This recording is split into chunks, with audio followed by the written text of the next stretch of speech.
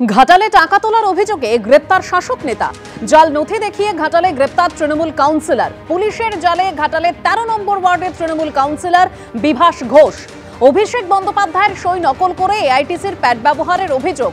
ভুয়ো প্যাড ব্যবহারের অভিযোগে টাকা তোলার অভিযোগ রয়েছে ওই কাউন্সিলরের বিরুদ্ধে। অভিযোগ দায়ের করা হয়েছে কাউন্সিলরের বিরুদ্ধে। সকালে তৃণমূল নেতাকে জিজ্ঞাসাবাদ করায় কথায় অসঙ্গতি মেলায় গ্রেপ্তার করা হয়েছে তৃণমূল নেতাকে। আর এ নিয়ে বিরোধীরা কি বলছেন শুনুন। মানেই চোর, এটা আর একবার প্রমাণ করলেন। হ্যাঁ, ঘটনা হচ্ছে এই লোকটি আজকে থেকে স্বীকৃত তৃণমূল হলো। এতদিন ওর নামের পেছনে আর ছাপটা ছিল না, এবার আর ছাপটা পড়লো। তৃণমূল মানেই চোর। আর দেখুন, অভিষেক ব্যানার্জির নাম করে তো খাচ্ছে না, অভিষেক ব্যানার্জিকে দিয়ে খাচ্ছে। তাই আপনারা কারোর নামে অপব্যাখ্যা করতে পারেন না। চোর হলে তো কি হয়েছে, ওরা কি তৃণমূল নয়? ওরা তো তৃণমূল বটে। তৃণমূল মানেই চোর, এরম চুরি করেই থাকে ওরা, সারা বাংলাটাকে লুটপাট করে খেয়ে নিল। অবাক খবর কি আছে, তৃণমূল দলটাই তো এরকমই দল।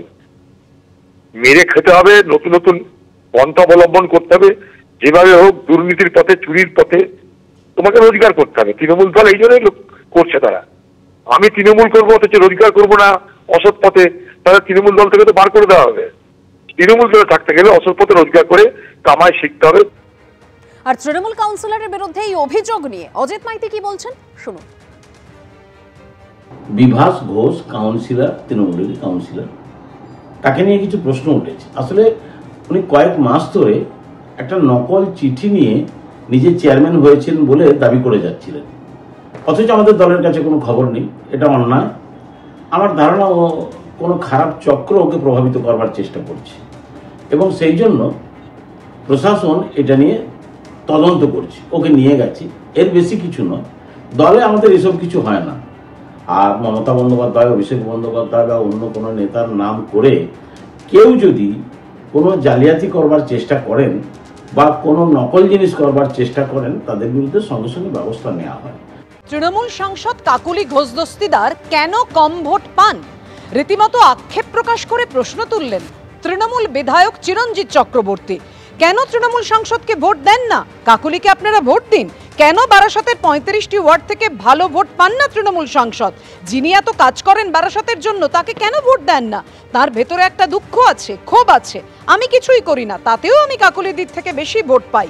এ এক মজার ব্যাপার। কেন এমনটা হয় জানা নেই। 15 বছর হতে চললো, আমি এখনো রাজনীতিটাই বুঝি না। মন্তব্য তৃণমূল বিধায়কের শুনুন। কাকলি ঘোষ দস্তিদার তিনি কেন আমাদের ভেতর থেকে এই 35টা ওয়ার্ড থেকে ভালো ভোট কেন পান না? এই প্রশ্নটা নিশ্চয়ই আপনাদেরও আছে, আমারও আছে। আমাদের সবাই মনে করি যে যিনি এত কাজ করেন বারাসাতের জন্য, যিনি এত উপস্থিতি দেন আপনাদের সঙ্গে, যিনি এতদিন ধরে পলিটিক্যালি সমস্ত ভারতবর্ষকে সার্ভ করছেন, তিনি একজন এমপি হিসেবে, তিনি বহু সময় স্পিকারের চেয়ারে বসেন, তাকে বসতে দেওয়া হয়, একমাত্র উনিই বসেন। এরকম একজন বিশিষ্ট বিদগ্ধ একজন নারী, তিনি এখানে আমাদের বারাসাত কেন তাকে ভোট দেয় না? বিশেষ করে কেন এখানে কম হয় ভোটটা, আমি বুঝতে পারছি না। তার একটা ভেতরে দুঃখ আছে, আমারও সেই দুঃখটা আছে, ক্ষোভটা আছে। অথচ আমি বিং নাথিং, আমি কিছুই করি না, আমি ভোট পাই।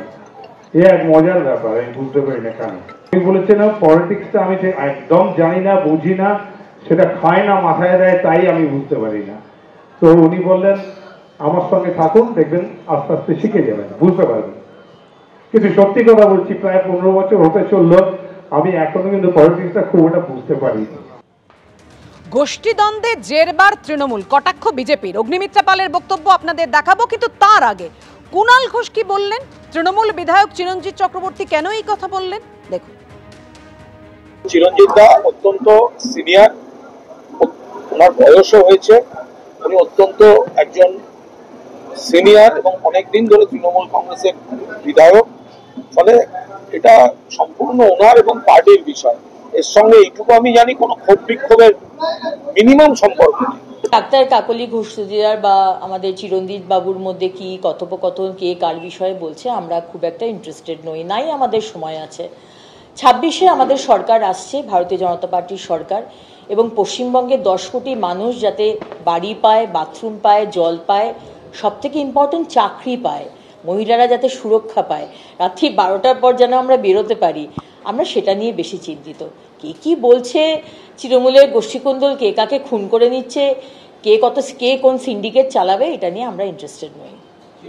বারাসতে গোষ্ঠীদ্বন্দ্ব নিয়ে মুখ খুললেন মন্ত্রী রথীন ঘোষ। তাপস চট্টোপাধ্যায়, সৌগত রায়ের পর এবার গোষ্ঠীদ্বন্দ্বের সরব মন্ত্রী রথীন ঘোষ। তিনি বলছেন, মন্ত্রী হয়ে গেছি বলে মনে রাখতে হবে আমার কিন্তু 4টে পা গজায়নি। নিজেদের মধ্যে লড়াই থাকতে পারে, কিন্তু দলে সেটা প্রভাব পড়লে হবে না।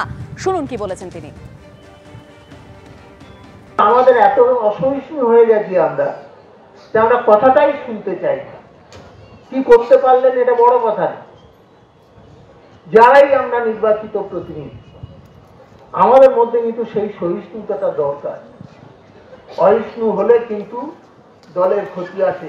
অতীত অভিজ্ঞতা, আপনাদের তো মানুষের মধ্যে তারা জেদ তৈরি হয়, যে বারাসাত শহরে আমরা প্রায় 22 থেকে 23,000 ভোটে হেরেছেন আপনারা। সেটাকে ফিরিয়ে আনতে গেলে কি করতে হবে এটা আপনারা ভাববেন না? মমতা ব্যানার্জি যে হারে পরিশ্রম করে, সেই বিষয়টা আমাদের মাথায় রাখতে হবে। আমার কারোর পরে রাগ থাকতে পারে, কিন্তু সেই রাগের প্রতিফলন যেন দলের উপর না পড়ে। আমার সাথে আপনার বিভেদ থাকতে পারে, কিন্তু পার্টির সামনে যখন লড়াই থাকে আমরা সবাই একত্রিত হয়ে কাজ করি, এটা মাথায় রাখতে হবে। অর্থাৎ দলের মধ্যে গোষ্ঠীদ্বন্দ্ব রুখতে একের পর এক তৃণমূল নেতা মন্ত্রীদের বার্তা। এবার অশোকনগরের তৃণমূল বিধায়ক নারায়ণ গোস্বামী তিনি বলছেন, নিচুতলার কর্মীদের সঙ্গে ভালো ব্যবহার করতে হবে। দেখুন, আমাদের তৃণমূলের কর্মীরা, নেতা কর্মী আমার মতো চারানা রেবেলের কাছে কিচ্ছু চায় না, একটু ভালোবাসা আর সম্মান চায়। আপনি ভাই অমুক হয়েছেন কাউন্সিলর, আপনি সিআইসি ভাইস চেয়ারম্যান, চেয়ারম্যান, আপনার কাছে গেলে আমি দাদা ওমা আমি তো সামনে,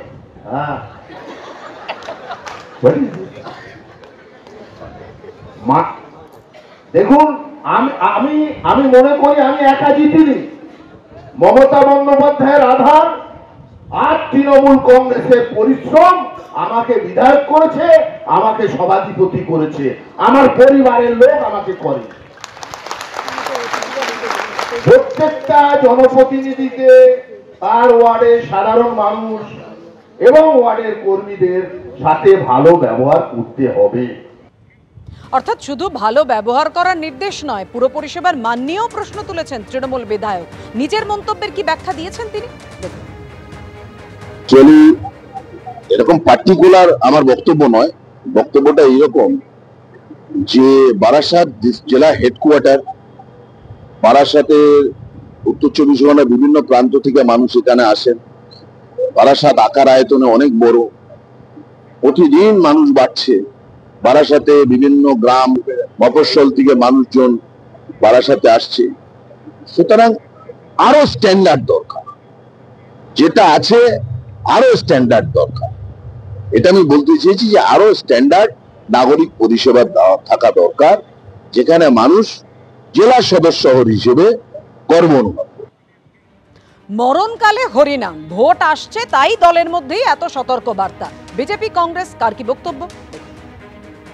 মরণকালে হরির নাম। তৃণমূল কংগ্রেসের জনপ্রতিনিধিরা, নেতারা যে রকেটের গতিতে সম্পত্তি তৈরি করেছে, তার উৎস যদি সন্ধান করা যায় তাহলেই বোঝা যাবে কেন এই ধরনের বার্তা দিতে হচ্ছে। এখন একটা অসুস্থ অশক্ত শরীর, যে শরীরে নানা ধরনের রোগ ব্যাধি ইতিমধ্যেই প্রকাশিত হয়েছে, সেটাকে ঢাকবার জন্য আসলে তৃণমূলের কর্মীরা, গ্রাউন্ড লেভেলের কর্মীরা এই তৃণমূল নেতাদের প্রতি এখন ক্ষুব্ধ। সেই ক্ষোভ কমানোর জন্য এই ধরনের ভালো ভালো কথা বলছে। আসলকে এদের মাথায় কাঁঠাল ভেঙে এরা কোটি কোটি টাকার সম্পদ আরোহণ করেছেন, বিত্তশালী বৈভবের জীবনযাপন করেছেন। ভোট আসছে বলে এখন এদের পায়ে পড়ছে। তৃণমূল অন্তর্দ্বন্দ্বে দীর্ণ, তার স্পষ্ট প্রমাণ এটা।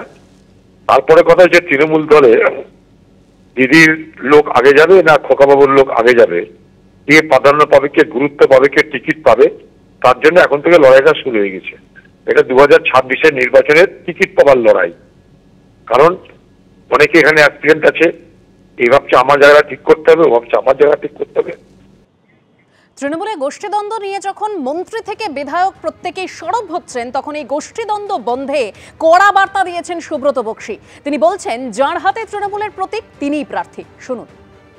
এপ্রিল মাসের মধ্যে নির্বাচন আছে, তো নির্বাচনের আঙিনায় দাঁড়িয়ে যদি কারোর সাথে কোনো বিরোধ থাকে, আমি সকলকে অনুরোধ করব, আমরা যতটা চেষ্টা করব যে নিজের ঐক্যবদ্ধতাকে বজায় রেখে আমরা যাতে পারস্পরিক নিজেদের মধ্যে রিলেশন তৈরি করতে পারি। স্বাভাবিকভাবেই সকলের একটা দায়িত্ব আছে। মমতা বন্দ্যোপাধ্যায় প্রার্থীপদ ঠিক করবেন, তিনি যাকে প্রার্থী করবেন, অর্থাৎ যার হাতে সিম্বল থাকবে তিনিই আমাদের প্রার্থী। তো স্বাভাবিকভাবেই আমি আপনাদের অনুরোধ করব, আসুন ঐক্যবদ্ধ মেজারে সকলকে একসাথে কাঁধে কাঁধ মিলিয়ে লড়াই করে আমরা এই নির্বাচনে জয়যুক্ত হব।